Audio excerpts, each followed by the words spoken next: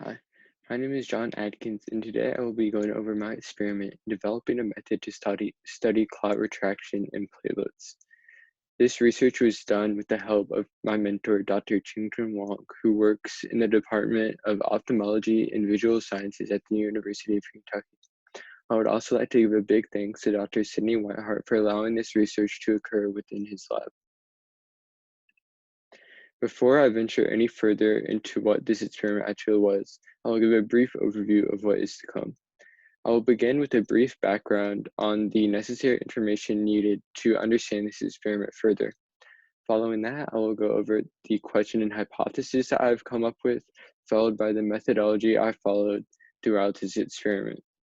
After that, I will go into the data and conclusions that I have gathered from this, and any future directions that can come from the results of this experiment. Following that, I will give thanks in my acknowledgements, followed by my references, and then I will open the floor to any questions.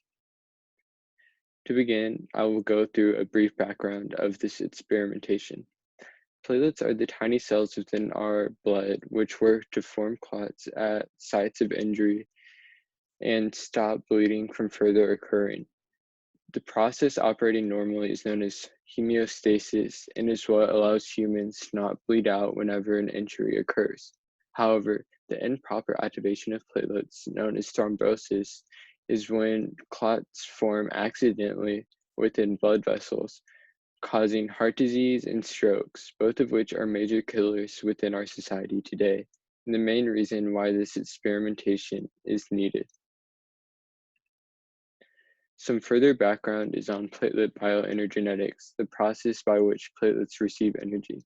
It is a known fact that platelets receive energy through glycolysis, a well-studied process that we know occurs.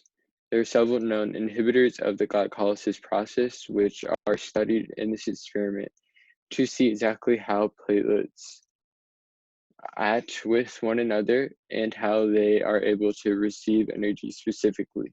Understanding either of these further would allow us to develop methods to prevent the accidental activation of platelets within our blood vessels.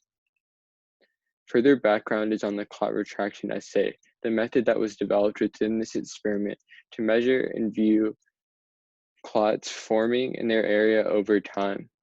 This new method was developed to both provide a open source process to view clot retraction and measure it, as well as a cost-effective and efficient manner. My question and hypothesis are on this slide. My main goal was to develop a new method to view and measure clot retractions, which was developed within this experiment. My main investigative question was, however, how sensitive is the process of clot retraction to energy metabolism? And the hypothesis for this was that clot retraction relies upon energy metabolism. It was important to see exactly how platelets react when they have certain things inhibited and how these processes can be exploited to prevent the activation of platelets in the future. Next is the methodology. Within this experiment, all of the blood used was from mice and not humans.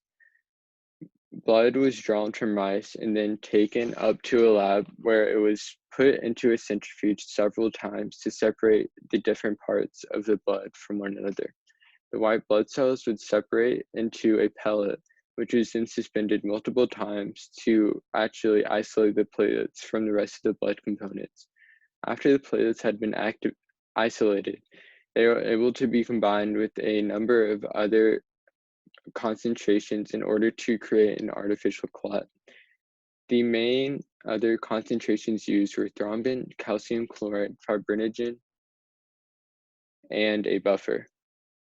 After these had been combined, the activator thrombin was added, which would actually start the process of the clot forming, which is able to be viewed over time by a camera set up in front of the artificial clots. After this, the data taken by the camera was put through an open source program developed specifically for this experiment, where the area of the clot was tracked over time and then graphed. Here is an example of the setup for this experiment and what exactly occurred. In a chronolog tube's 96 well plate holder, 12 tubes were set up in front of a camera. The tubes were lit up from the bottom and the rest of the room was dark. This would allow the platelet cells to be viewed most optimally for the camera and for the software to view the clot as it moved over time. Any additional light added into this would blur the actual image taken on the camera and make the data much harder to come by. Here is the data taken from the experiment. The first inhibitor that was tested was blebistatin, which actually inhibits the contractile proteins of clot retraction, which is the way that clots are able to physically contract and move with one another. Inhibiting this process was helpful to see exactly how dependent platelets were on this process when forming clots. There were 3 different concentrations tested for this process, as well as a control with no inhibitor added. As seen in the results, an increase in the concentration of the inhibitor decreased the total extent of the clot retraction, meaning that less of the total area of the clot actually retracted. This means that it had a much greater effect at reducing the likelihood of platelets to form clots and shows how dependent platelets are upon the contractile proteins in forming clots. The next inhibitor tested was eptifabiptide, which inhibits the integrins on platelets, which actually allow them to interact with one another. Again, in this experiment, 3 different concentrations were tested, as well as a control, which was a clot with no inhibitor added to it. The differences in this experiment were not as wide as they were in the previous one, but it is still obvious that an increase in the total concentration of the inhibitor causes a great decrease in the total extent of clot retraction as it is gradually increased. This is able to be seen on both 4A and 4B. 4C shows the lag time of this experiment, which is just the difference in when each of them started, as there is a delay in how fast each could be started due to human error. However, it shows to not be as big an effect on this experiment, which is good for the results.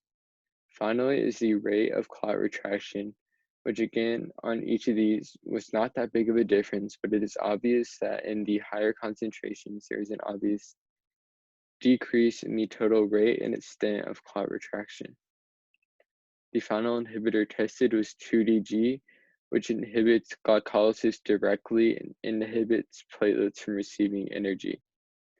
Again, 3 different concentrations were tested, as well as a control with no inhibitor added.